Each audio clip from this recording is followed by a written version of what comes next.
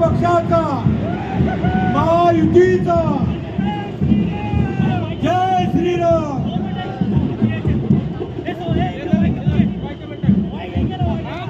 इचलकरंजी महानगरपालिकेच्या निवडणुकीच्या निमित्तानं महाराष्ट्राचे यशस्वी आणि लोकप्रिय देवाभाऊ माननीय देवेंद्रजी फडणवीस साहेब इचलकरंजीमध्ये त्यांचं आगमन झालंय। आज अतिशय उत्कृष्ट आणि भव्य दिव्य रोड शो या ठिकाणी पार पडला। माननीय मुख्यमंत्री साहेबांना मी विनंती करतो की आज या ठिकाणी उपस्थित असलेल्या प्रेस आणि इलेक्ट्रॉनिक मीडियाला त्यांनी त्या ठिकाणी संबोधित करावं आणि इचलकरंजीला सुद्धा मार्गदर्शन करावं। धन्यवाद।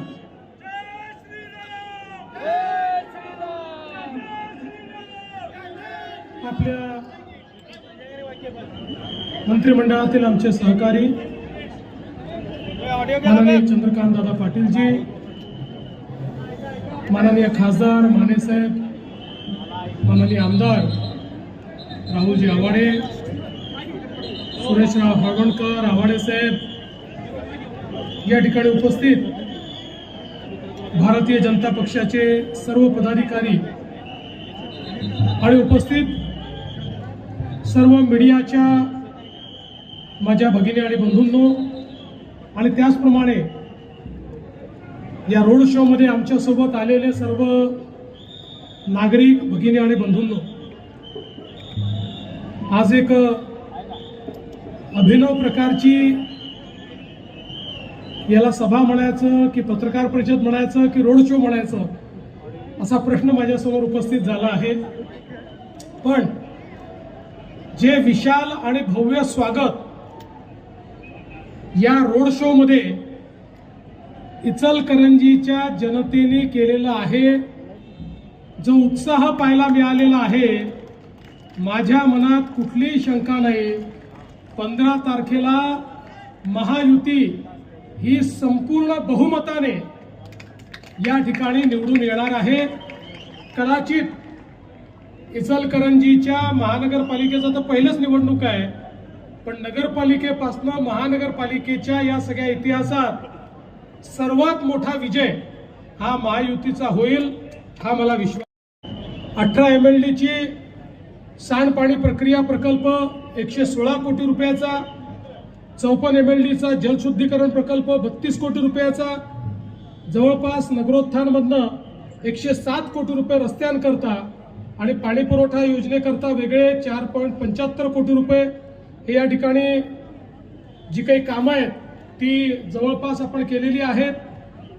जी प्रमुख कामं या ठिकाणी सुरू आहेत, सन्माननीय आमदार खासदार सगळ्यांच्या मेहनतीतून या ठिकाणी राज्य सरकारने जो काही निधी दिला त्यातनं विशेषतः मलनिस्सारणाचा प्रकल्प जो एक मॉडेल अशा प्रकारचा प्रकल्प या ठिकाणी होतो आहे आणि झिरो डिस्चार्ज अशा पद्धतीचा प्रकल्प पहिल्यांदाच महाराष्ट्रामध्ये आपल्या सरकारने इचलकरंजीला त्या ठिकाणी दिला आणि 489 कोटी रुपये या प्रकल्पाकरता आपण त्या ठिकाणी आणि 100% अनुदान हे राज्य सरकारने याकरता दिलेलं आहे।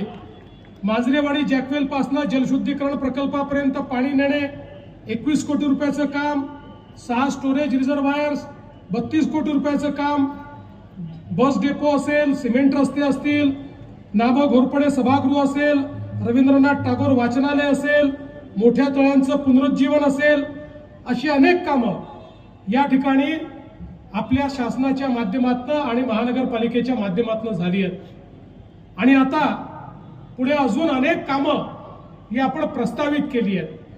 खरं म्हणजे ही निवडणूक आमच्याकरता विकासाची निवडणूक आहे। आम्ही जी मतं मागतो ती केवळ आणि केवळ विकासावर मतं मागतो। जे केलंय आणि जे करणार आहोत याच्या आधारावर आम्ही या ठिकाणी मतं मागण्याकरता आलो आहोत। कारण देशाचे प्रधानमंत्री माननीय मोदीजींनी या ठिकाणी सांगितलं की आपली शहरं ही चांगली झाली पाहिजेत। आपली शहरं देशाच्या GDPच्या 65% GDP तयार करतात। त्यामुळे वस्तू आणि सेवांची निर्मिती, रोजगाराची निर्मिती ही शहरांमध्ये होते आणि म्हणून गावखेड्यातनं लोक शहरामध्ये येतात आलेल्या गरिबांना, आलेल्या मध्यमवर्गीयांना, शहरात राहणाऱ्या जुन्या लोकांना त्या ठिकाणी सर्व प्रकारच्या सुखसोयी मिळाल्या पाहिजेत. त्या ठिकाणी पिण्याचं पाणी असेल, चांगले रस्ते असतील, अंडरग्राऊंड ड्रेनेज असेल, अंडरग्राऊंड सिवरेज असेल, अशा सर्व प्रकारच्या सोयी या त्या ठिकाणी आपल्याला द्यायच्या आहेत. आणि म्हणून मोदीजींनी मोठ्या प्रमाणात आपल्याला शहरांकरता योजना देखील दिल्या. जवळजवळ 70 वर्ष या देशामध्ये केंद्र सरकारच्या माध्यमातून शहरांकरता कुठलाही पैसा दिला जात नव्हता. पण मोदीजींनी स्मार्ट सिटी, अमृत सिटी, स्वच्छ भारत शहरी, प्रधानमंत्री आवास योजना शहरी असे अनेक कार्यक्रम हातामध्ये घेतले आणि लाखो कोटी रुपये शहरांकरता दिले. आपल्या महाराष्ट्रातल्याही शहरांना जवळजवळ 30-35 हजार कोटी रुपये हे माननीय मोदी साहेबांनी दिलेले आहेत. त्यामुळे आता निधीची कमतरता नाही आहे.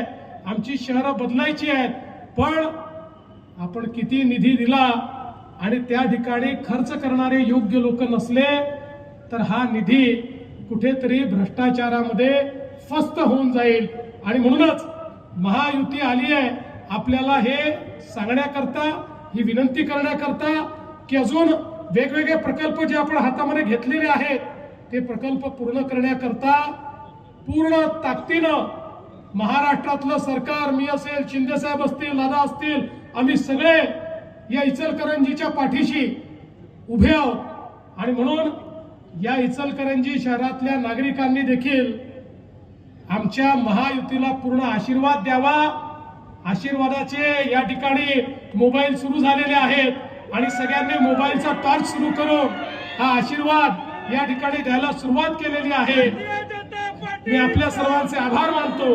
आणि एक गोष्ट सांगतो, आता आपली सगळ्यात मोठी प्रायोरिटी कुठली तर ती काही झालं तरी इचलकरंजीचा पिण्याच्या पाण्याचा प्रश्न हा पूर्णपणे सोडवण्याचं काम हे आता आपलं सरकार या ठिकाणी करणार आहे.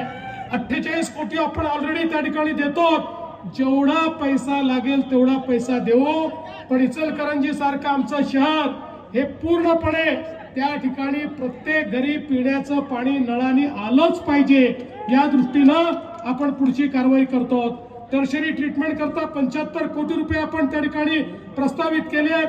अजून 48 कोटी रुपयाचे सिमेंट कॉन्क्रीटचे रस्ते, शहापूर येथील पुनरुज्जीवन 17 कोटी, भाजी बाजार बांधकाम 15 कोटी, स्पोर्ट्स कॉम्प्लेक्स 15 कोटी, डिजिटल शाळा 15 कोटी, STP 14 कोटी, असे अनेक गोष्टी या ठिकाणी करण्याचा आपण त्या ठिकाणी मानस ठेवलेला आहे.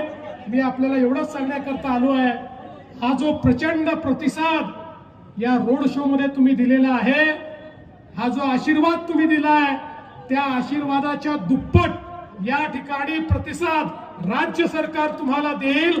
आणि या शहराचा पूर्ण चेहरा पहिल्यांदाही महानगरपालिका झाल्यानंतर अतिशय चांगल्या पद्धतीनं, आणि मला हेही सांगितलं पाहिजे, महानगरपालिका झाल्यानंतर आपल्याला GSTच्या पैशांचा प्रश्न होता, आता तोही आपण सोडवलेला आहे.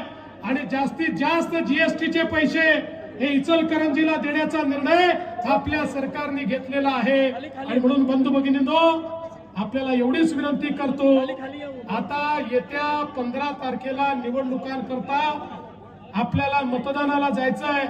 आपल्याला कल्पना आहे आपली चिन्ह काय आहेत, त्या ठिकाणी आपल्या महायुतीची जी चिन्ह आहेत त्याची बटन आपल्याला दाबायची आहे आणि आपले सगळे नगरसेवक निवडून आणायचे आहेत.